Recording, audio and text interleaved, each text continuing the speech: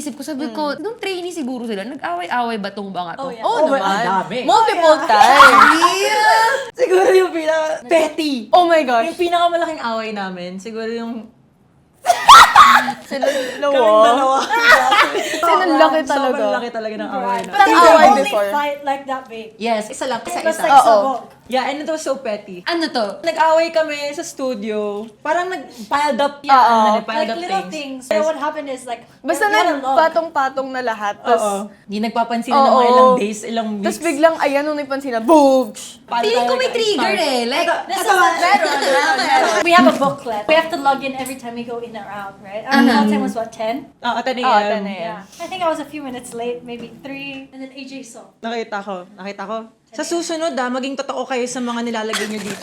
para ang president sa class! Nung time na yun kasi may position pa kami, leader ako, no? Tapos, sabi ko, next time ayusin nyo yung mga simpleng bagay nagsisinungaling. Tapos bilang, I turned around and said, what the f*** is your problem? Galit pa siya. Tapos ako na naman, ano, di ba ikaw, late ka, di ba? Ayan na, nagkasabog sabog ka na. Because there was like things behind that. Sigawan talaga full English mode. Ano? Asan ka that time? Anong ginagawa mo? Andun, sa gitna.